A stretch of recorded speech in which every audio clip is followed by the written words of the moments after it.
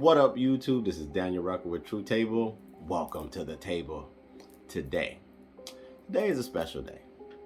It's not only special because I'm blessed to be alive, but it's special because today God thought it necessary to grace this earth with my presence. That's right, today is my birthday. And why I wanted to broadcast today was, one, I've been really busy. Two, I wanted to leave some encouragement, talk to you guys, chat with you guys, tell you what my mindset is, express to you where my thoughts are and whatnot. But if anything, I wanted to convey how grateful and thankful I am to be alive, to see another year, to be happy, healthy, and building towards success. But I'm still going to jump in here and do what I do, because it ain't stop, ain't nothing changed. You know what I do on this channel. I get to cooking, I get in the kitchen, and that's exactly what I'm gonna do. But before I get started, before I get in here and do what I do, go ahead and hit the like button. Go ahead and subscribe. For all of my new subscribers, I appreciate you. Welcome to the True Table family. You made a good decision, a great decision. But what I wanted to talk about today, no, I don't necessarily want to talk about myself. I'm sharing with you guys that it's my birthday because, it's a pivotal moment.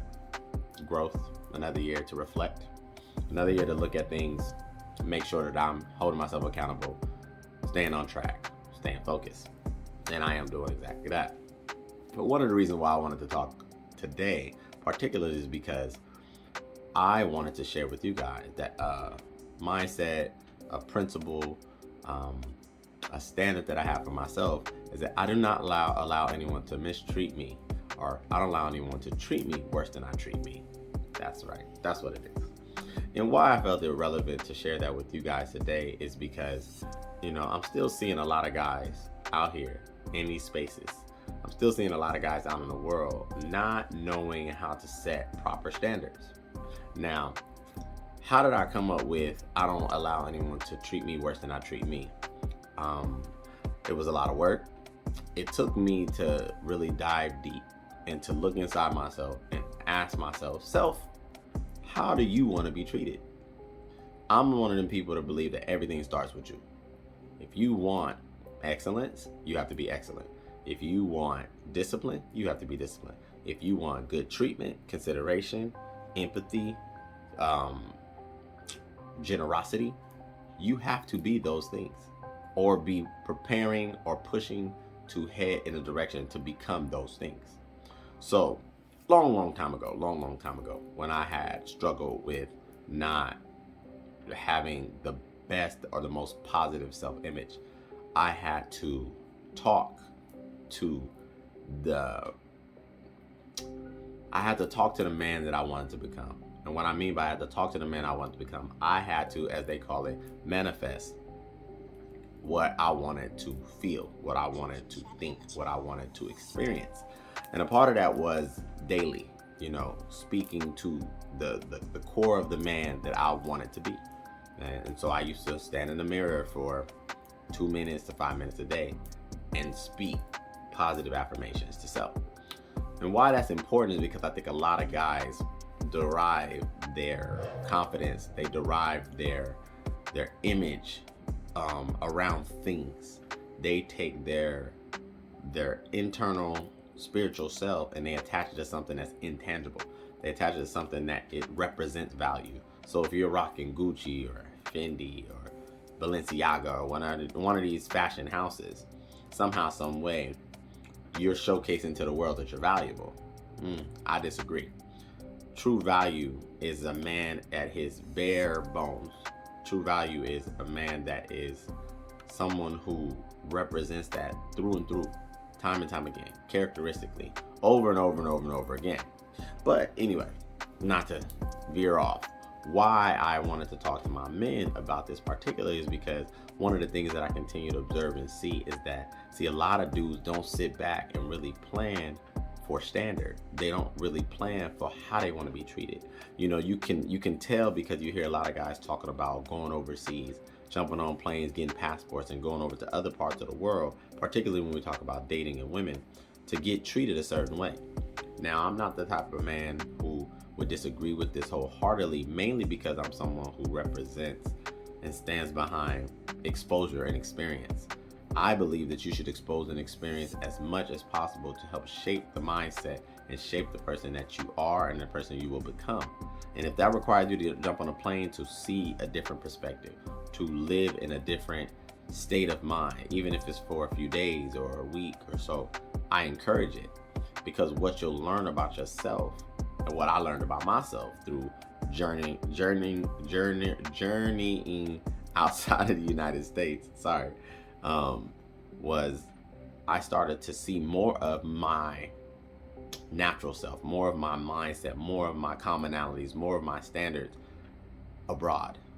A lot of times there wasn't times where I felt that I was understood the same way here in the US. And as I traveled, I started to identify more with people who thought like me, spoke like me, lived like me. So that was eye-opening to me. But one of the reasons why, I think some of the things that are shifting around in the manosphere and in the space that is men and women in relationships and modern day relationships is that a lot of dudes just don't have any standard. So I try to do this sometimes. Story time. I had something occur to me the other night that was it was briefly interesting. And why it was briefly interesting was because, I live what I say in real life. Like, what I say on this camera is actually how I move in real life. Those who know me personally can attest to this. But I had an unruly interaction with a young lady. And how this happened was I was out the other night, and I really was just going to grab some tacos. It was late. There was not a lot of places that were open to serve at that time. I think it was like 12:30, almost 1. And I got craving for some food. So I was like, there's some taco trucks over here in the local little district. Let me go ahead and check it out. Not even a minute as I walked up on the truck, a young lady, I don't know who she was, but some strange lady, headed wherever direction she was headed, walked into me and bumped me, hard too. And I don't do rude, I don't do disrespect. And this ties into my point, fellas, so stay with me. So as I'm like trying to gather myself because, she bumped me, and I'm trying to like process like, did this just happen? I reached out and I ended up actually gripping her wrist, right? And so she assumed because I gripped her wrist that I was trying to talk to her. Shame on her, because she wasn't even cute enough to waste my time, nor be wasting my energy with trying to get her attention like that. She didn't qualify. But that's not the point. The point is that I was really trying to make her aware that she bumped me, and that my expectation was that she say something, in reference to the disrespect.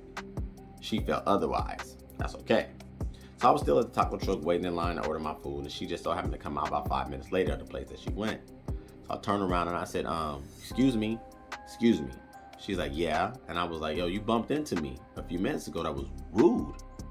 Like, you owe me an apology. Like, that was rude.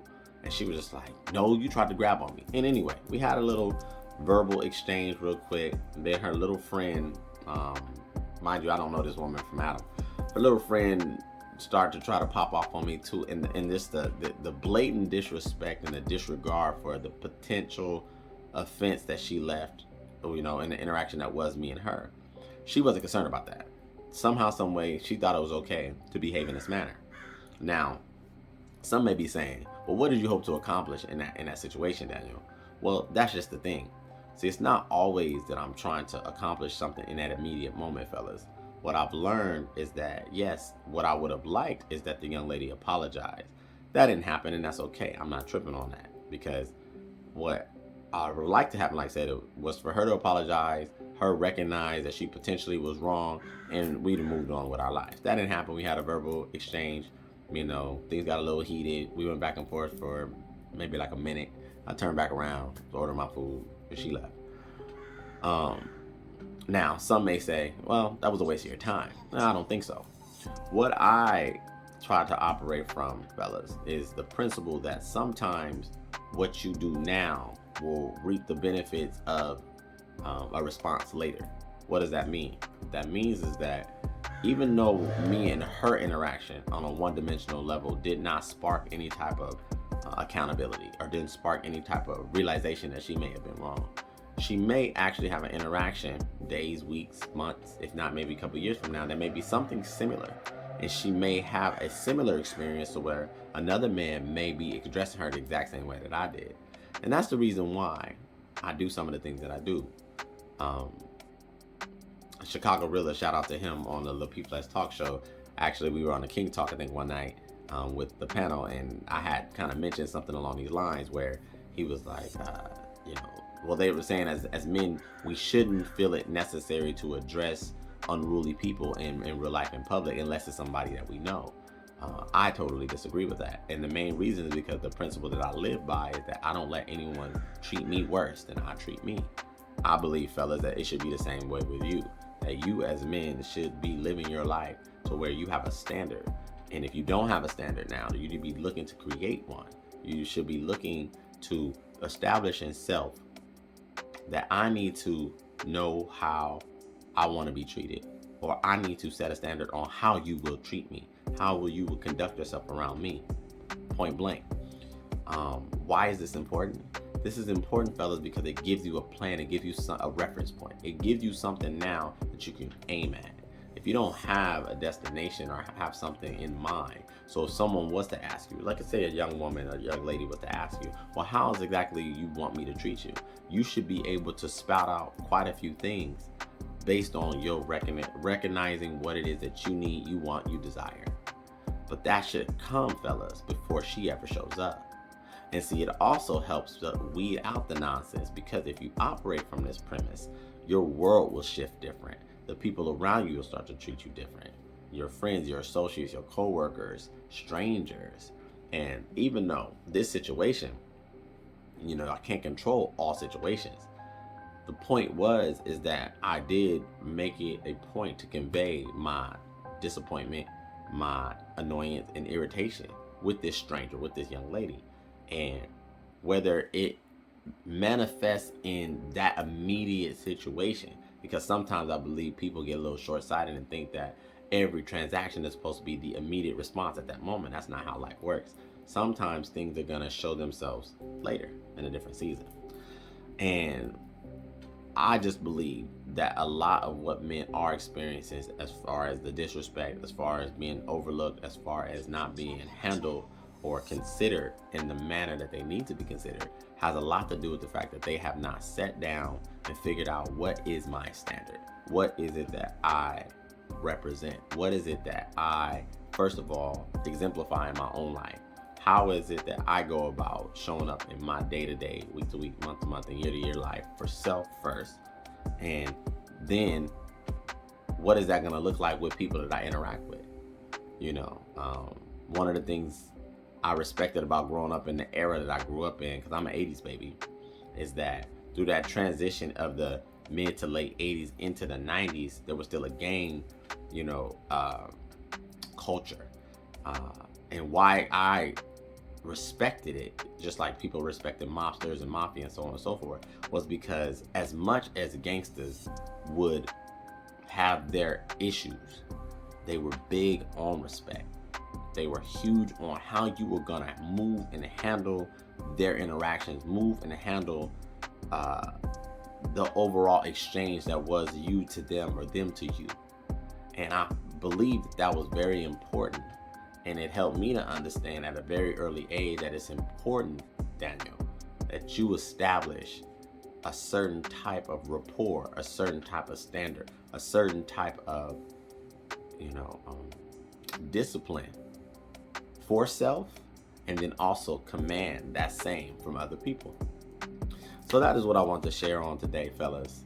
I believe that you guys will have different results, and you'll start to experience different types of interaction, different types of experiences, if you start with the very basic thing of identifying your standard as a man.